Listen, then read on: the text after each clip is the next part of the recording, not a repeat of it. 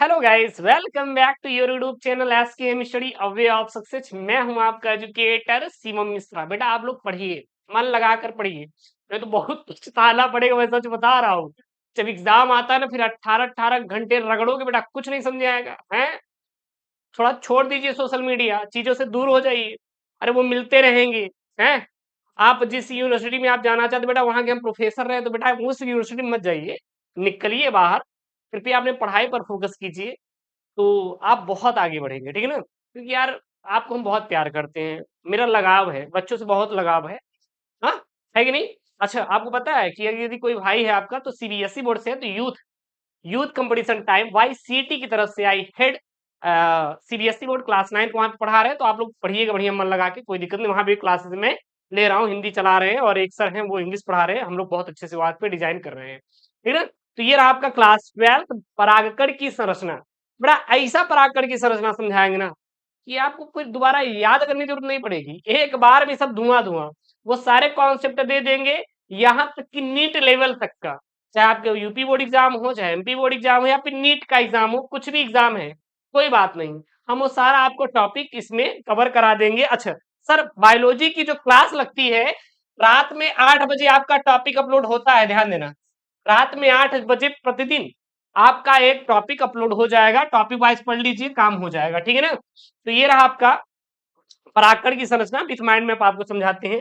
सबसे पहले अगर हम देखें तो सर ये कैसे आता है, तो इससे 3 प्रकार के प्रश्न बनते हैं।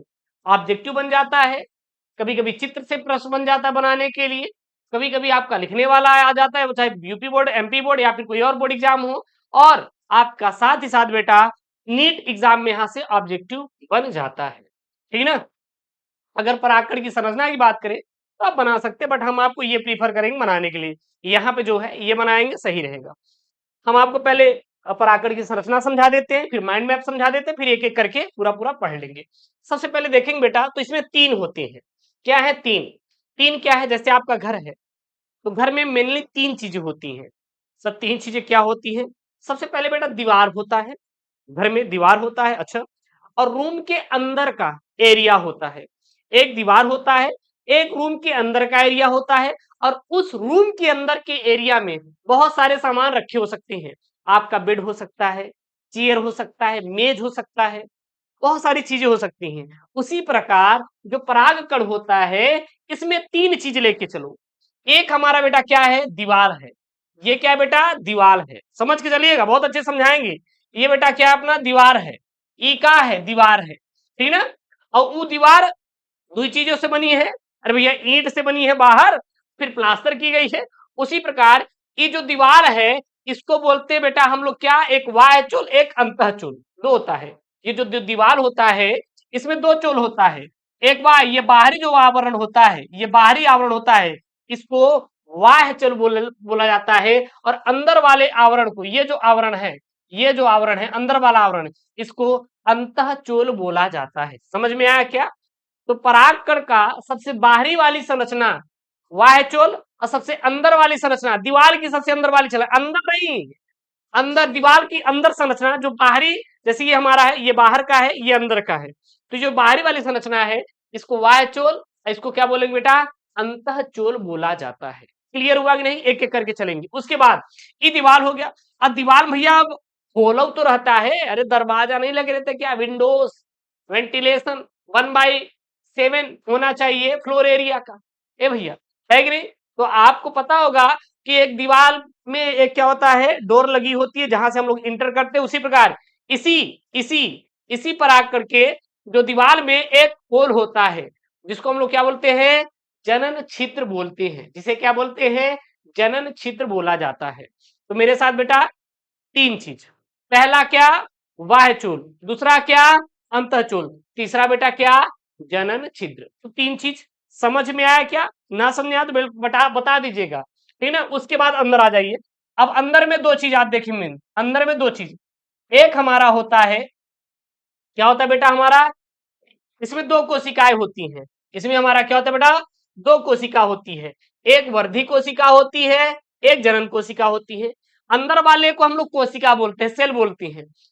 फिर देखिएगा, एक दीवार है, दीवार में 2 है, बाहर बाह्यचोल, दीवार का अंदर वाला भाग अंतःचोल। एक दरवाजा है, होल है इसको, जिसको जनन छिद्र बोलते हैं। इसके अंदर मध्य के भाग को कोशिका बोलते हैं। इसमें दो कोशिकाएं हैं, एक बेटा वर्धी कोशिका, दूसरा जनन कोशिका। इसमें दो कोशिकाएं हैं, एक वर्धी कोशिका, एक जनन कोशिका पाई जाती है। बस इतना याद कर लो, काम खत्म। और इसमें ये तो हमारा वर्धी कोशिका हो गया, और ये हमारा क्या हो गया, जनन कोशिका। वर्धी कोशिका के अंदर वर्धी केंद्रक, जनन कोशिका के अंदर जनन केंद्रक। फिर ध्यान देना, इसमें कितने बेटा हमारे हो गए कोशिका, दो कोशिका, एक वर्धी कोशिका, एक जनन कोशिका। ये हमारा पूरी पूरी क्या है, वर्धी कोशिका, ये हमारा क्या, जनन कोशिका। वर्धी कोशिका के अंदर वर्धी केंद्रक, जनन कोशिका के अंदर जनन केंद्रक। और ये जो हमारे भरे हैं, इसमें कोशिका द्रव्य भरा होता है। बस समझ में आया क्या?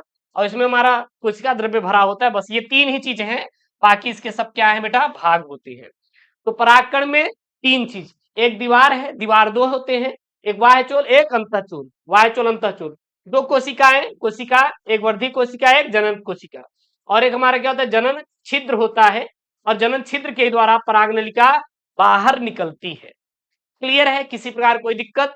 थोड़ा सा माइंड में हम ये देख लेते हैं, जो वाह्यचोल होता है यह स्पोरेलिन से बना होता है, जो कि कठोर होता है, और जो अंतःचोल होता है यह पेक्टिन सेलुलोज से बना होता है, जो कि नरम होता है। अब ऑब्जेक्टिव में अगर प्रश्न बना, बोलेगा कि वाह्यचोल किससे बना होता है, परागकण का वाह्यचोल किससे बना होता है, स्पोरोपोलिन से बना होता है। और परागकण का जो अंतःचोल पेक्टिन सेलुलोज से बना होता है, जो कि नरम होता है।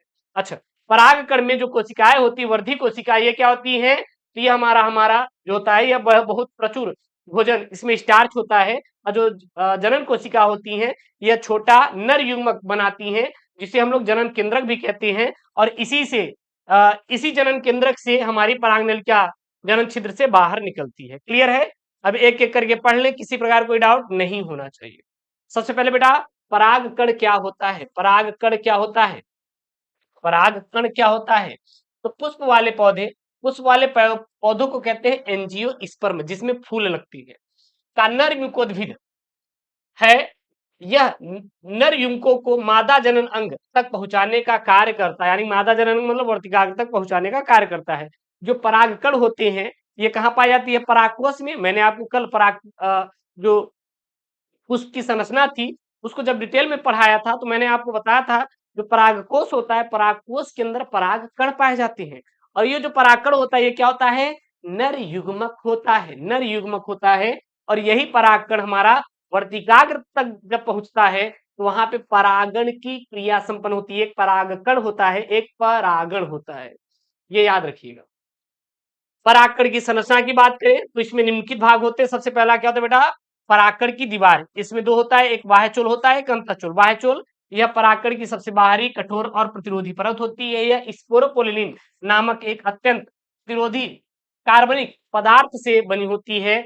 और स्पोरोपोलिन परागकण को उच्च तापमान, एसिड, क्षार, एंजाइमों से बचाता है। बाह्यचोल पर विशिष्ट प्रकार की नक्काशी और डिजाइन भी पाई जाती है, जो परागकण को पहचानने में क्या करती है, मदद करती है। अपने से लिखिएगा। सबसे इंपॉर्टेंट लाइन केवल यही वाली है, सबसे इंपॉर्टेंट लाइन केवल यही है, ठीक ना, ये वाला।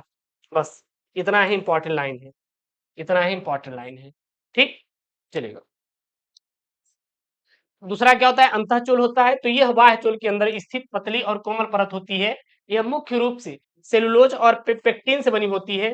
जब परागकण अंकुरित होता है, तो अंतःचोल, ये अंतःचोल है बेटा, अंतःचोल ही परागनलिका के रूप में जनन छिद्र से बाहर निकलती है।